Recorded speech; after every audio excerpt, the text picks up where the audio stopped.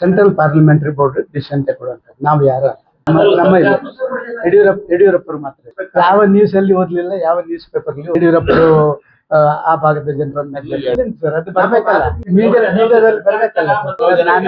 ನನಗೆ ಹಾಗೆ ಅನಿಸ್ತಾ ಇಲ್ಲ. ನನಗೆ ಅನಿಸ್ತಾ ಇರುವಂತದ್ದು ಕಳೆದ ಬಾರಿ ನಮಗೆ ಸ್ವಲ್ಪ ಹಿನ್ನಡೆ ಆಗಿದೆ. ನಾವೀಗ 5 ಸ್ಥಾನಗಳನ್ನ ಈ ಭಾಗದಲ್ಲಿ ಲೋಕಸಭೆಯಲ್ಲಿ ನಾವು ಕಳ್ಕೊಂಡಿದ್ದೇವೆ. ನಮಗೆ ಹಿನ್ನಡೆ ಆದನ್ನ ನಾವು ಒಪ್ಪಿಕೊಳ್ತೀವಿ. ಆದರೆ ಹಿನ್ನಡೆ ಆದನ್ನ ಹೇಗೆ ವೃದ್ಧಿ ಮಾಡಬೇಕು ಅಂತ ಹೇಳುವಂಥದ್ದನ್ನ ನಾವು ಈಗಾಗಲೇ 1 ವರ್ಷದಿಂದ ಈಚೆ ಮಾಡುವಂಥ ನಮ್ಮ ವರ್ಕ್ಗಳು, ಮತ್ತೊಂದು ನಮ್ಮ ಕಾರ್ಯಕರ್ತರ ತರಬೇತಿಗಳು, ಜನರಲ್ಲಿ ರೀಚ್ ಔಟ್ ಆಗುವಂಥ ವ್ಯವಸ್ಥೆಗಳು, ಇದೆಲ್ಲವನ್ನು ನಾವು ಅತ್ಯಂತ ಪ್ರಾಮಾಣಿಕವಾಗಿ ಮಾಡ್ತೇವೆ. ಜನ ಕೂಡ ಒಂದು ಆ ಪ್ರಯತ್ನಗಳನ್ನು ನಾವು ಮಾಡ್ತೀವಿ. ರೀಚ್ ಔಟ್ ಆಗುವಂಥ ಎಲ್ಲ ಪ್ರಯತ್ನಗಳನ್ನು ನಾವು ಮಾಡ್ತಾ ಇದ್ದೀವಿ. ನಮಗೆ ಈಗ ಯಶಸ್ಸು ಕಾಣ್ತಾ ಇದೆ. ಮುಂದಿನ ಮತ್ತೆ ಜನಾಶೀರ್ವಾದ ರೆಪ್ರೆಸೆಂಟೇಷನ್ ಸಿಗ್ತದೆ ಅಂತ ಹೇಳುವಂಥ ವಿಶ್ವಾಸ ನಾನು. ಸರ್ ಮಾಡಿಸ್ಲಿ ಅಂತ ಅವರು ಮಾಡಿಸ್ಲಿ ಅಂತ ಅವರು ಮಾಡ್ತೇನೆ ಅಂತ ಹೇಳಿದ್ದಲ್ವ ಸರ್. ನೋಡ್ಲಿ ಮಾಡ್ಲಿ.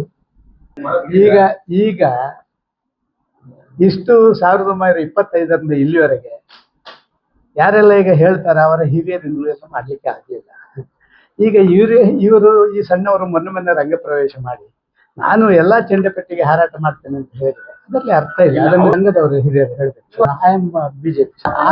ಆನ್ಸರ್ ಕೊಡೋರು ಸರ್, ಆನ್ಸರ್ ಕೊಡೋದು ಆ ಅಧಿಕೃತ ಸಂಘಟನೆ ಕೊಡಬೇಕು. ನಾನು ಕೊಡಕ್ಕ ಇಲ್ಲ ಹಂಗೇನಿಲ್ಲ. ಸೈಡ್ ಲೈನ್ ಪ್ರಶ್ನೆ ಇಲ್ಲ ಸರ್. ನಾನು ಇಷ್ಟೇ ಹೇಳಬೇಕು, ಯಾವ್ಯಾವ ಸಂಘಟನೆ ಯಾವ್ಯಾವುದಕ್ಕೆ ಏನು ತೀರ್ಮಾನಗಳನ್ನು ಕೊಡಬೇಕು ಅದು ಆಯಾ ಸಂಘಟನೆ ಮಾಡಿ.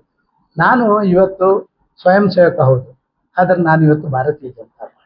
ಆದ ಕಾರಣ ಭಾರತೀಯ ಜನತಾ ಪಾರ್ಟಿಯವರು ಇಲ್ಲ ಸರ್, ನೀವು ಹಂಗೆ ತಿಳ್ಕೊಂಡ್ರೆ ಧನ್ಯವಾದಗಳು ಎಲ್ರಿಗೂ.